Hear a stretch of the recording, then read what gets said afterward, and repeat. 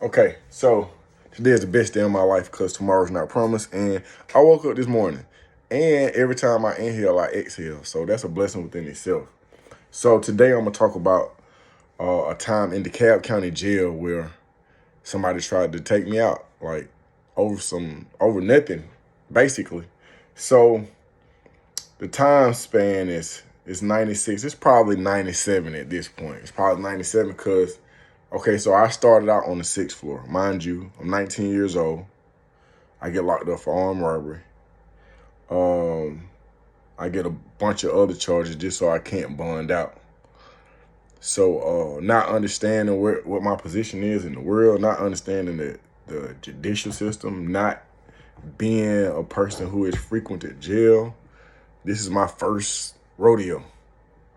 So along with going back and forth to court and just being being captive, um, it caused a whole lot of frustration, man. I got into a whole lot of fights. I won some, I lost some. And I'll touch on some of those and some of the relationships that I have or had with some of the guys that I got into situations with. So at this point in time, man, I'm on some nonsense. I'm on some nonsense, but it's some other people that's really on some nonsense. So I'm fighting, and at this point, I'm fighting so often that they just start moving me around. So after I done went through all these dorms, then they moved me up to the 7th floor, which is supposed to be the security is supposed to be. I'm just like, these the same people I was with on the 6th floor, man. I'm fighting on the 7th floor. And then I just keep going at it. I'm just like, at this point, it ain't nothing else to do, man. I don't know what you want me to do. We either, if fighting is all we got to do, then hey, man, let's have at it. And that was that was my mindset. I just, confused, didn't know, what the situation was gonna turn out to be. So I'm on the 8th floor, and the 8th floor is different because it's 23-hour lockdown.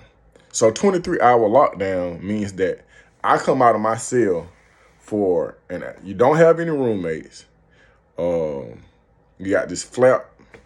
They feed you. You in the cell. Everybody get an hour. When you come out for your hour, you use the phone if somebody's still picking up, and you take your shower. Ain't no red call, ain't no none of that, ain't nothing. You're going back in the cell. So I come out one day and I hop on the phone. While I'm on the phone, it's a dude. I ain't gonna say his name because he had a real big case at that particular time. And I think that him and some juvenile had then chopped some lady head off over by Central, by Central. So this dude had a real, like, he was just a noise maker, man. He just like, you know what I mean? I ain't know him personally, but like while he was out on his time, it was just all types of shenanigans going on, bro. I just, it is what it is. So while I'm out for my little 60 minutes, he like, hey, shawty, he beating on the door. Hey, man, tell them folks I cut myself. So, like with me, man, I still, even at that particular time, man, I was just staying out of people's business, bro. I don't have nothing to do with it. You cutting yourself. You probably should have found a better time to cut yourself. I'm not telling nobody nothing because when I go tell the police that you committed suicide or you cut yourself, the first thing they're going to do is lock me down. Hey, man, I'm not losing my little 60 minutes because you ain't really trying to kill yourself. You couldn't right there, and you ain't cutting the veins. You got these things all up and down your arm. This is something that you do on the regular. And maybe you are suicidal. Maybe you did kill yourself.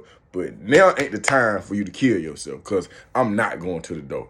So when I didn't go to the door, I guess he was just like, bet. So about 2 days later, I ain't really paying it no mind. 2 days later, I'm sitting in the cell. So mind you, I'm going through it because my child, who's 25 now, had been born while I was sitting in the county jail. And as a father, like as a real father, man, that thing had me by the guts, man. And then I had a little baby picture up on the wall, pictures of my people up on the wall, man. And I was just trying to create whatever kind of peace I could. So my flap is open. So I'm sitting on the bed. No, I'm sitting at the little desk and I'm writing. And then I hear somebody come by my cell, and then I just hear this splash in my room. And when I hear the splash in the room, I'm like, man, that's doo-doo, man. Somebody then, they done doo-dooed in the cup and then mixed it up with mustard. And man, and just splashed it in my room over all my stuff, man. And look, man, I have done some real thugged out things, man. I have done a lot of stuff. But playing in my doo-doo and fixing it up and splashing on somebody, man, that ain't never been my thing. And I had never heard of it until that particular time. Well, I had heard of it, but I had never experienced it. So the room immediately just started smelling real bad. And I'm just like, it's on my blankets, it's on my sheets, bro. And you understand? So I took everything off the bed. I did what I could with taking the sheets that didn't have doo-doo on them and just like using that to wipe the feces up off the wall or whatnot, man. But I didn't really have no chemicals in my room, man. So I took what I could. I took the toothpaste and tried to mix it with some water and just try to get the smell up out of there, man, so I could get some chemicals. Cause you're on the 8th floor, man, and this the disciplinary dorm, so you ain't got a whole lot of nothing going on. So I figured my man had something to do with it. And he had a bunch of flunkies, man. I don't know where they came from, and I couldn't identify them because you can't see nothing in that mug. So the next day, I'm going to the shower. In Dekalb County, when you go to the shower, like, okay, when I go to the shower, I got my jumpsuit on, and I got my little shower shoes on. So I can't make no phone call. I'm like, I'm going to go ahead. I'm going to take my little shower, and I'm going back up to my cell, man. So in Dekalb County, when you hit the shower, initially that water cold. So you got to hit it a couple of times so before it get warm. So I'm standing there. I don't undress myself. And mind you, the dorm is like this. You got to roll upstairs. You got to roll downstairs. And then in the middle of the rows, you got a shower. And it's just that it's a shower. You got a little door on there, but that's all the privacy you really gonna get. So as I'm warming my water up, I hear one of the doors open. I'm like, man, somebody didn't rig their door up. And I ain't really paying attention. But I see a dude. I ain't gonna say the dude's name. I'm gonna give him a nickname. I'm gonna call him Poo Poo, because I think he the one who throw the doo-doo in the room. I'm gonna call him Poo Poo. So Poo Poo come around there. Poo Poo like 6'4". He like 6'4". He ain't really like caught diesel, but he got a little size on him. But I'm like, it is what it is. At this point, I've been on some Thunderdome action, so I'm like, it's whatever. So, but he got a shank. This man that took a broomstick and he done shaved it down to where the end is pointing. So his goal was to catch me in the shower with soap in my face, and so he didn't understand that. He didn't realize that I'm still dressed. You know what I mean? So when he came at me, he tried to shank me. He was just like he kept like stabbing at me, and he got my arm pretty good. I don't think I got no scars none from that. But when he was coming at me, bro, I was just using my arm just to. If he had some metal, he would have went through. And then like when I was blocking it, I wasn't blocking it head on, like I was like trying to beat it down. And then the police came in there. When the police came in there, they beat both of us up.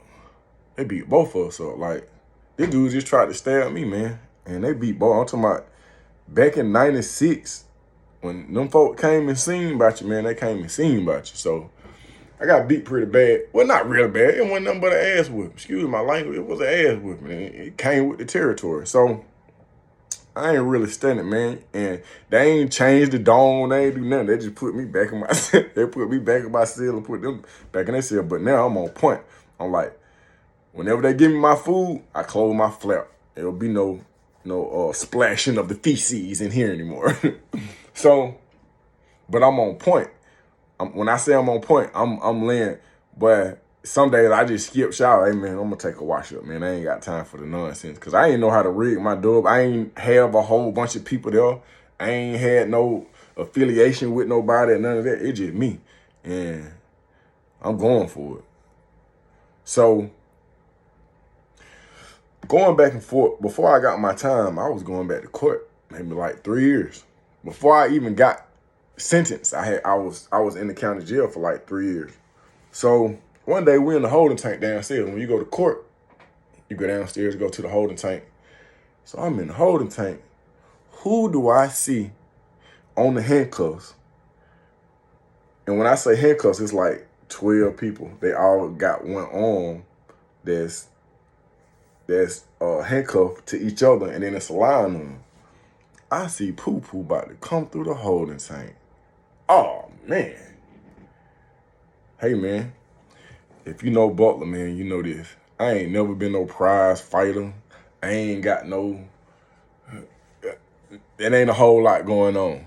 What I do have that's working in my favor at this particular time is he don't know I'm in the holding tank. He doing whatever he doing, hollering at his people. Soon as that police opened that door, I gave him all I had.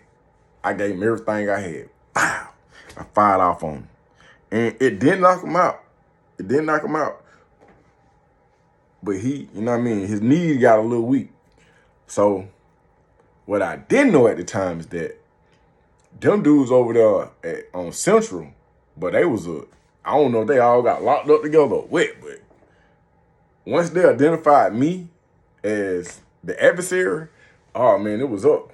Cause now they looking for me. So now I might be going to court, or I'm coming that same day. I'm coming from court. I see one of the dudes that's cool with this dude, and they trying to get in the holding tank with me. But who? Hey man, look, I tell the police, hey man, I got problems with this dude, that dude, everybody who's sitting there with a crazy look on their face. Hey man, I got a problem with all these people, man. I don't need to go in the holding tank with them. So he's like, man, I ain't gonna do nothing to you, little buddy. I'm not your little buddy. I'm not your little buddy. Hey, man, look, I got a problem with these folk, man. So they put me in the hole. One morning, and I ran into one of my cross keys buddies, man. Shout out to Ivan. Shout out to Ivan. And I don't want to make no story up, but I know when I seen him, I seen some of the other people that was after me. And when I told bro what was going on, he was like, what's up? What's happening? He was like, what's happening? So, and then one time I seen Nord from the Ridge. I seen Nord in there. But I never got into it. Like, it wasn't no big brawl, but I was just always on point. One time they even made cause even when we come back from court, I'm telling them, hey, I got a problem. Them folk trying to kill me. I don't need to be on the bus with these folks. So one time they brought me back in the car. Then, so this every time I go to court, it was going on. One time they accidentally put me in the cell with a female. Hey man, I ain't trying to catch no additional charges. Hey, y'all need to get one of us up out of here.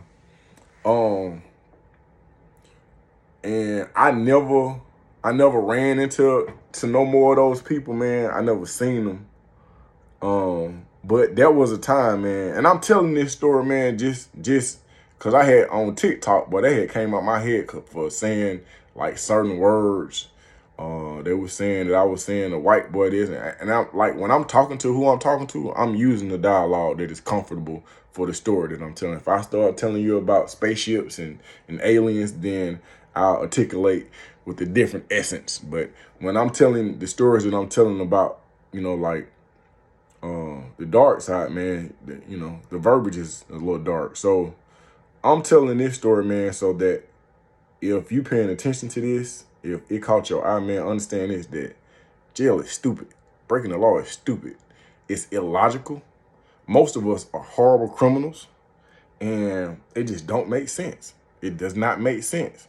I went to a chain gang for 10 years, and I lost a decade of my life over some nonsense, bro. Something that could have been totally avoided. I could have just went to work and been, let's say, and I was told this to the kids that I work with. Let's say I was on a $100,000 run, and I wasn't I'm just saying, let's just say that the lick that I was trying to hit was $100,000, and I do 10 years. So if you break that down mathematically, that's $10,000 a year. I literally could have worked at McDonald's working the fries and would have bossed up a little harder. And it's just that simple. So I say this, that stay at home, tough it out, because it's not worth it. It's not worth it all. My name is Danon Butler. Today is the best day of my life because tomorrow's not promised.